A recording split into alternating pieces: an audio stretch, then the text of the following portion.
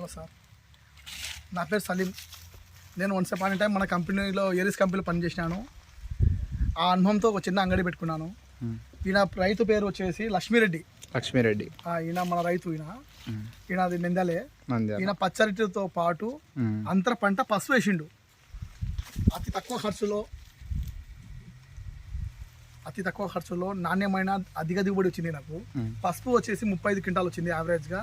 పసుపు మన పచ్చరటి వచ్చేసి గెల వచ్చేసి యావరేజ్గా 35 కేజీల నుంచి 40 కేజీలు వస్తుంది. 30 నుంచి 45.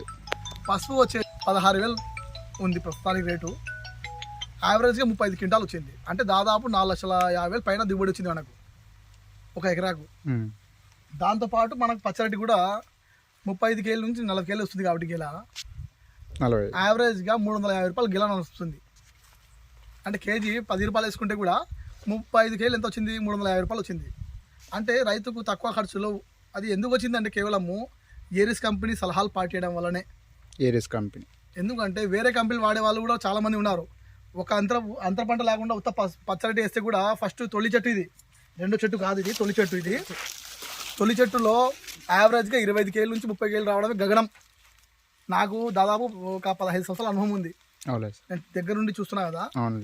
ఉత్త పచ్చడి వేస్తే కూడా వాళ్ళకు 25 కేజీలు వస్తే 35 కేజీలు వస్తే అది పెద్ద దిగుబడి అనుకుంటారు వాళ్ళు. కానీ ఇది తొలి చెట్టు ఉండి యావరేజ్గా 35 కేజీల నుంచి 40 కేజీలు వస్తుంది.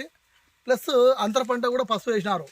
అంటే రైతు సమగ్ర పోషకాల యజమాన్యం పాటించడం వల్లనే, కేవలం ఏరిస్ కంపెనీ సలహాలు పాటించడం వల్లనే వచ్చింది దిగుబడి.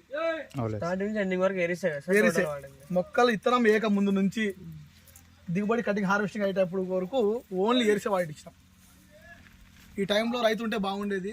ఆయన కొన్ని అనివార్య కారణాల వల్ల లేరు. ఈరోజు వేరే పని మీద పోయినారు. చాలా ఆనందంగా ఉంది నాకు కూడా రైతు పిలిపించినందుకు, చెప్పినందుకు. Okay, thank you sir.